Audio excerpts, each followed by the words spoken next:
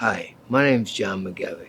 Before I come to the state, I was with the Seattle Seahawks. I was an NFL chef for the Seattle Seahawks. I was requested to come to the city by my niece, which was having some issues, so I come to assist her.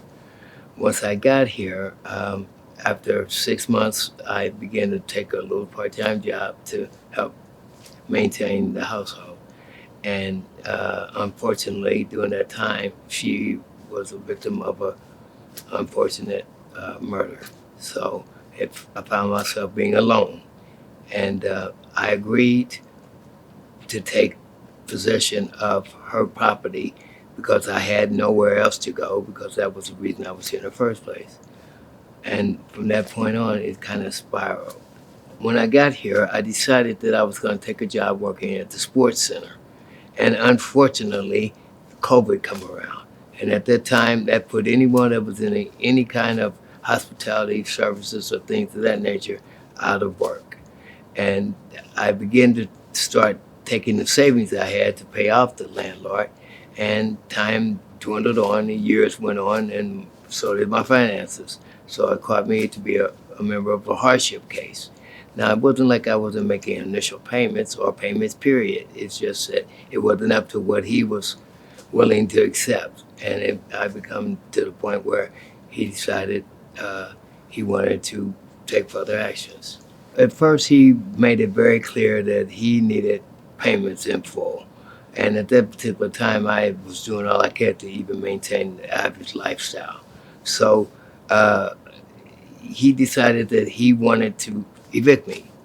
I had been searching high and low, not knowing the city, and I got into a organization called Cardinal Ritter Senior Services, and they referred me to this organization here.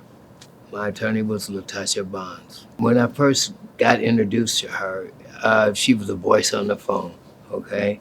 She was very polite, she was very soothing, and I could understand that at that time, I was at a panic stage. I had like 5 days before I was going to be evicted.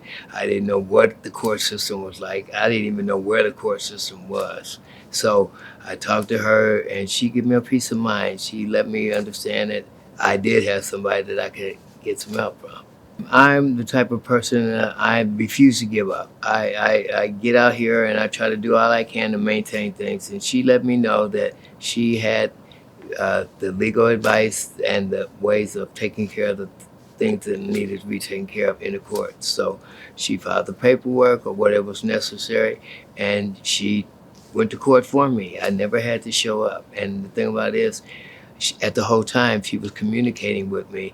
So if anything changed one way or the other, I could relate to her and she'd be updated.